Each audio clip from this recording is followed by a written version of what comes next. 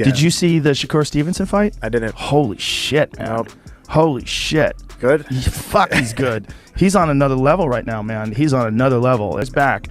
His accuracy, his technique, his efficiency. Yeah, I it gotta was watch beautiful. We were watching it in between shows when I was in Colorado this weekend doing comedy, and we were watching in between shows, and I was like, God damn, he's good. He's so smooth. They're so efficient and technical. Like, everything was on point. Shakur understands like what 3 minutes is. And he take full advantage of 3 minutes. He take full advantage of the ring. And he exploit whatever it is that you got bad habits at, or wherever you make your mistakes, he gonna exploit that. Shakur Stevenson, being the blue pill, beating the hell out of Teofimo. Hit the Tyson bell.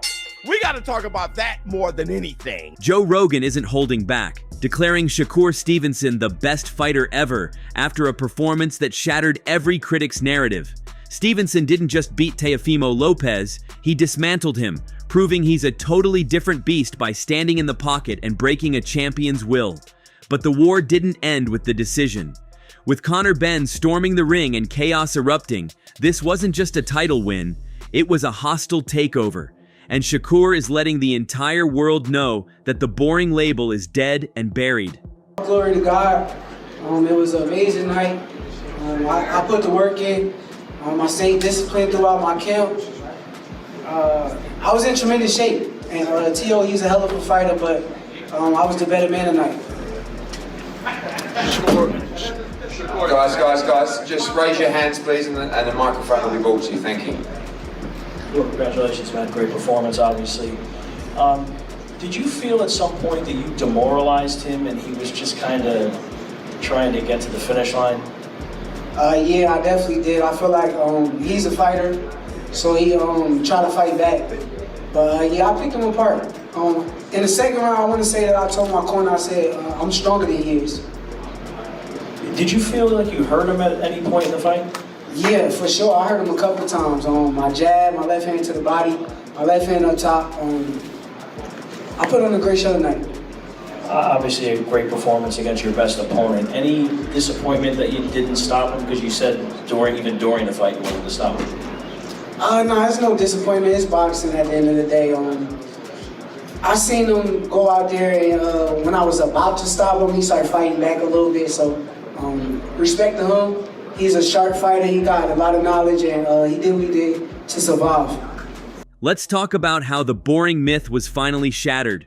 Going into this fight, the biggest knock on Stevenson was that he would fight off his back foot, pot-shotting his way to a snooze-fest decision. The crowd at Madison Square Garden was bracing for a track meet, but what they got was a masterclass in aggressive defense. Stevenson stood right in the pocket. He didn't run. He didn't circle the ring endlessly. He planted his feet and utilized a defensive shell that looked eerily similar to a prime Floyd Mayweather. The scorecards read 119-109 across the board, a complete shutout in a fight that was supposed to be competitive. Rogan couldn't believe what he was seeing, noting that Shakur was a totally different beast this time around. By staying within striking range but refusing to get hit, Stevenson humiliated a power puncher at his own game, proving he could walk down a champion without taking a scratch. Shakur Stevenson just ended Teofimo Lopez's career. Shakur Stevenson just made a two-time lineal champion look like a complete amateur. Teo's footwork was trash and disgusting. A 2-pack of ass. That shit stinks. Teo's combination punching was trash and disgusting. A 2-pack of ass. That shit stinks. Shakur Stevenson is a defensive wizard. The man's IQ on the offensive end of the game of boxing is at another level. This man, Shakur Stevenson, is a generational talent, and he whooped that man T.O. from pillar to post to pillar, and he couldn't stop him. This looked just like Floyd Mayweather versus Arturo Gatti, and I told y'all this how it's going to look. That man, Shakur Stevenson, is at another type of level, and that's bad karma for T.O. for saying all that racist stuff. Lord child, congratulations, Shakur Stevenson. Get T.O. out of box. But to truly understand the magnitude of this win, you have to look at what happened to Teofimo Lopez. This was a man who walked in as the champion, a fighter known for his explosive power and unpredictability. Yet, by the fourth round, you could physically see his spirit leave the building. Pre-fight, the legendary trainer Teddy Atlas warned everyone that Lopez holds a hot and cold mental state, and that if he wasn't 100% mentally fortified, a technician like Shakur would expose him. You know what? First of all, I think that it's a very interesting fight. And what makes it interesting for me is that this might be the first time that somebody that Shakur's facing someone who can match him athletically, can match him with his pure ability, quickness, speed, and surpass him with power. But match him with quick feet, quick hands, all of that from an athletic standpoint. Teofimo really might be the first guy to do that. And how it all plays out to me, which is anyone's guess, is I've always felt that Teo was hot and cold. That sometimes you get the best Teo and wow, it's pretty damn good. Yeah. And then other times he's off. Yeah. Styles influence fights, I get it. But for me, where I come from, most of that inconsistency can usually be attributed to the mental state. Where are you mentally? And to me, that's the question I want to know tonight for tomorrow. Where is Teo mentally? And if he's right mentally, I think he can win the fight. And it'll be very interesting. Shakur is tremendous. Yeah. He looked great in his last fight. Made people happy. Mixed offense with defense. Made people, in their minds, most people were like, "That's the Shakur we want." That's what we want. To put all the talent together in that way, in a fighter's way. Absolutely. And that prediction aged like fine wine. In the corner, Lopez looked heartbroken. He wasn't just losing; he was confused. He had no answers for the speed, the timing, or the distance management. When you hear a champion admit afterward that they didn't come with the right plan and had nothing at all to offer, it shows a level of demoralization that goes beyond just physical defeat. Shakur didn't just beat him physically, he took his soul. Why do you think it was difficult for Teo to make adjustments to you? Like, why? Why? I think that I studied them. I've been watching him for years. I seen Teo when we was in the amateurs. Everything that I seen was there tonight. Like the things that I kind of saw on tape and on film, it was all in front of me tonight. And there is benefits from watching tape. This brings us back to that massive endorsement from Joe Rogan. It's rare for Rogan to throw around terms like best ever so loosely, especially when talking about a fighter who is still in his late 20s. But the analysis here is deep. Rogan pointed out that Stevenson has mastered the art of hitting and not getting hit to a level that we haven't seen since the Mayweather era. The difference now, according to Rogan, is the offensive integration. It's the confidence to stand in the fire, slip a punch by a millimeter, and fire back with bad intentions. This wasn't about playing tag, it was about dominance. When a commentator with Rogan's influence says you are a totally different beast and that opponents can't keep up, it signals a shift in the hierarchy. The debate isn't just about whether Shakur is the best at 140 pounds anymore. The conversation has officially shifted to whether he is the greatest talent we have ever seen lace up a pair of gloves. Yeah. Did you see the Shakur Stevenson fight? I didn't. Holy shit, man. Holy shit. Good? He's good. He's on another level right now, man. He's on another level. I mean, he is so smooth. And his movement, his ability to, like, punches were coming at him, and he just lets them get right there. Oh, yeah? Just right to there. They touch him, and then bam, fires back. His accuracy, his technique, his efficiency. Yeah, I gotta watch it. Beautiful. We were watching it in between shows when I was in Colorado this weekend doing comedy, and we were watching in between shows, and I was like, God damn, he's good. He's so smooth. They're so efficient and technical. Like, everything was on point. However, Shakur barely had time to celebrate becoming a 4-division king before the circus came to town. Immediately following the decision, British welterweight Conor Benn stormed the ring, and things got ugly fast.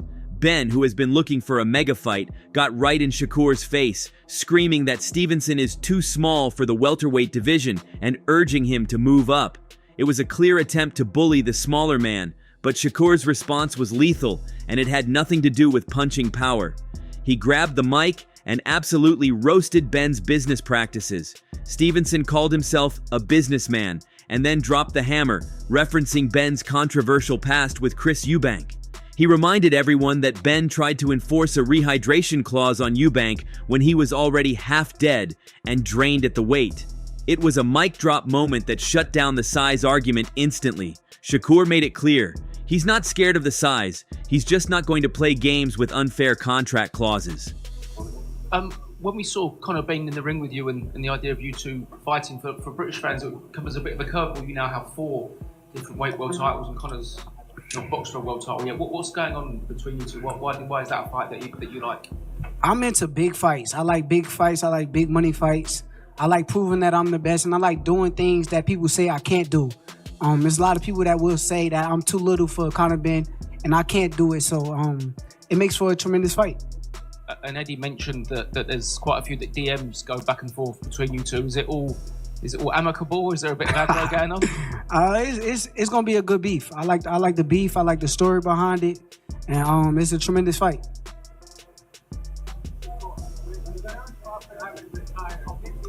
Excuse me.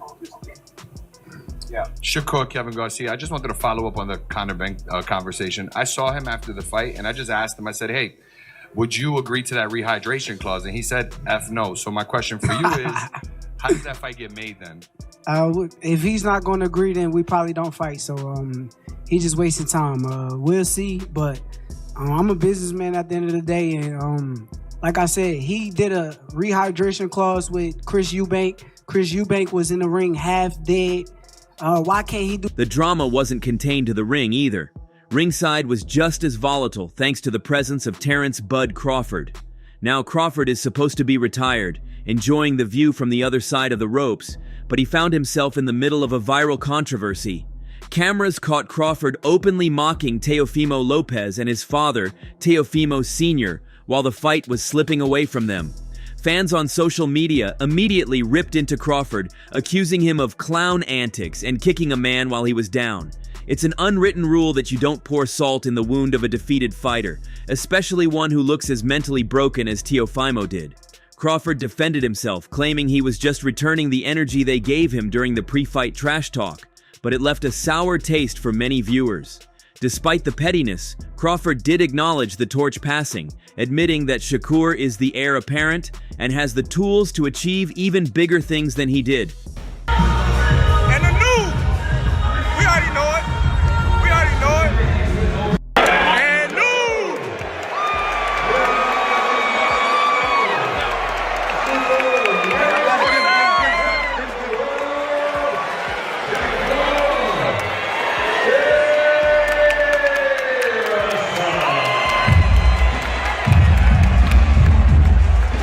The ripple effect of this performance has been massive across the boxing industry.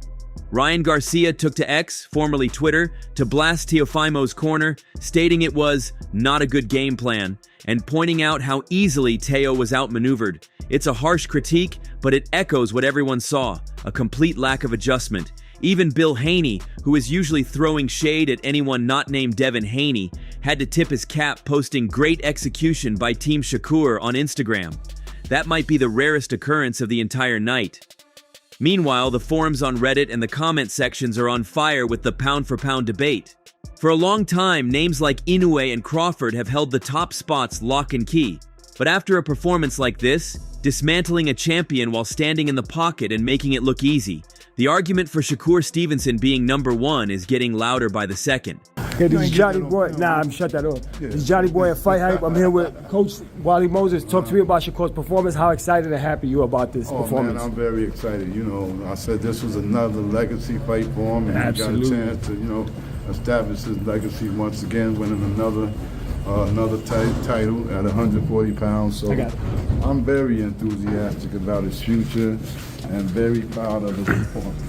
Absolutely. And what's next? He talked about Conor Benn. Conor Benn got in the ring. That looks like that's what's going to be next. Well, we knew Conor Benn was there for a reason. You know what I mean? And you notice he was in the fight before Yo, that. bring so it back up. I think Shakur addressed that issue. Like, you know, he wasn't going to act like it didn't happen. He going to act like he didn't see him. Exactly. He just letting old Conor Benn know that we aware of him. All right. Okay, him being there, Shakur said, hey, he can be next. We're not worried about that. How does a fight would like that play out with Conor Benn? We'll do it over in England? Oh, I'd love to have the fight here. We the champ, man. Oh, He talking all the mouth, let him come here. So you got to dictate You know that. And the rehydration clauses? He says he's a bigger guy. Yeah. He thinks he's a tougher guy. Okay. It's to make all sense for him to come here. Somebody hometown and beat them. He's so tough. Okay, so we do it here, and then so the rehydration clause, right? Uh-huh. Is that the same thing he put on Eubank? Right. Because the rehydration clause, of course, we don't want him to try to go up bigger and try to be a weak. Not that he would be a bully, because you know, that don't mean shit. You know, you can, until you get in the ring and you able to establish and do what you can in the ring. No, you don't know what it's going to. Because I think, you know, defensively, I think he's not as good as us. You know, offensively, I think he's adequate. You know what I mean? Not taking anything away from him. Yeah. And he hasn't really shown me much. That's it. Skills pay the bills, right? And what is your final thoughts on Keyshawn's performance? Keyshawn was going to be fine. I didn't see the whole fight, but I knew Keyshawn was going to win from day one. You know, he worked pretty hard for this here camp. Yeah, he worked really hard. So I'm not as surprised, and I knew he was going to win as well. Absolutely. He's the first man to stop Jermaine Ortiz. Lomachenko couldn't do it. Even Teofimo couldn't do it. And Teo fought Shakur tonight. So you got to give a lot of respect to Keyshawn, right? Yeah, a lot of respect. And I'll give respect to Teo, too, for taking the fight. You know Absolutely, man. Absolutely. And, you know, I commend him. You know, his dad done the best that he could. You know what I'm saying? And I think down the future, I think Teo can come back, bounce back, and be a better fighter. You know what I'm saying? I think he learned a lot from this here fight. And I think now he really know where his place is in boxing. Absolutely. Coach Wally, thank you so much for your time, and it's Johnny Boy Fight Hype. We out. Coach Okoye summed it up brilliantly. Analyzing the fight, he praised Shakur for his performance. Okoye felt that Shakur did everything right in the ring and deservedly won the contest. He praised Shakur's patient approach and defensive strategy early in the fight, explaining that he did well to capitalize on Teofimo's defensive flaws. Okoye claimed that Shakur effectively used his jab and good footwork to control the fight. Shakur demonstrated an elite boxing IQ, controlling the distance very well. He was able to beat Teofimo without having to engage in a full-blown fight or get out of first gear. Okoye believes Shakur could have knocked him out, but chose to fight a patient and safe fight, which was the right decision. As for Teofimo, Okoye expected more from him and claimed that it was rather one-sided. The victory, especially the way Shakur dismantled Teofimo, will quiet many naysayers and elevate Shakur's respect level in the boxing world. All right, so Shakur Stevenson, dominant win, damn near 12-round sweep. I think it was 11 rounds to 1 on the scorecards. Yeah. Against Teofimo Lopez, becomes the lineal junior welterweight champion of the world. Yeah. What's your first thoughts seeing it? I mean, first off, you gotta give him his credit. You know, he has to go off to Shakur because he get a lot of flack for his fighting style. Get a lot of flack for having a lack of pop and not being exciting, right? Well, he had enough pop to make Teo respect him yesterday. He was busting him up, and honestly, I think he could have knocked him out. It's just the fact that he was fighting a patient fight, which was the right fight as a southpaw, looking at what Teo was looking for, right? Shakur played the patient game because he didn't want to lead, because, you know, he was making Teo have to step to him, and Teo don't got the footwork to really pull it off. Every time he stepped forward with his jab, he followed up with a right hand and would step all the way through with the right hand, which is kind of okay sometimes when you're fighting a southpaw, but you got to be defensively sound, like keep your left hand up. Teo threw his jab, bring his jab hand down, and then when he goes to step in with the right, Shakur kept intercepting everything he was doing with his right jab. Like, he was just jabbing him in between his shots, or disrupting him every time he tried to get off. And he frustrated him the whole night by not leading, making Teo be the aggressor, and making him pay every time he tried it. And by round 4, it looked like Teo had quit in his eyes, man. And then his father, I don't know what round his dad said what he said, but his dad like, "Where's your power, Pop?" Something like that, man. I'm like, the instructions he getting in the corner is like, is this what you getting at the elite level? That's saying something, man. That's not real training or not real coaching. But not trying to, you know, he don't need me to beat him up no further than he already was beat up. I'm gonna just say, like, I didn't expect it to go that way. I thought it'd be more competitive than that. So, as I said though, the name alone and the way he dismantled Teo is going to do for Shakur what I think he wants to do, which is, you know, it's going to quiet a lot of the naysayers and it's going to put him in a stratosphere where people start to, you know, look at him and put him in the respect level that he deserves at this point. So you got to tip your hat off to him. You got to respect what he did to him. You know, styles make fights, and he had the perfect style to mitigate everything Teo was going to try to do. So, you know what I mean? Hats go off to him, but great performance. So, where does this leave us? Shakur Stevenson has secured his legacy as a 4-division world champion, silencing the critics who called him boring and proving he has the dog in him to stand and fight. He has the endorsement of Joe Rogan, the respect of Terence Crawford, and a target on his back from guys like Conor Benn. The runner narrative is dead and buried. Now we are looking at a fighter who is chasing greatness in a way that feels inevitable. Whether you agree with Rogan that he is the best ever or not, one thing is undeniable. We are watching a generational talent entering his prime, and if this performance was any indication, the rest of the boxing world is fighting for second place. We'd love to hear from you, though.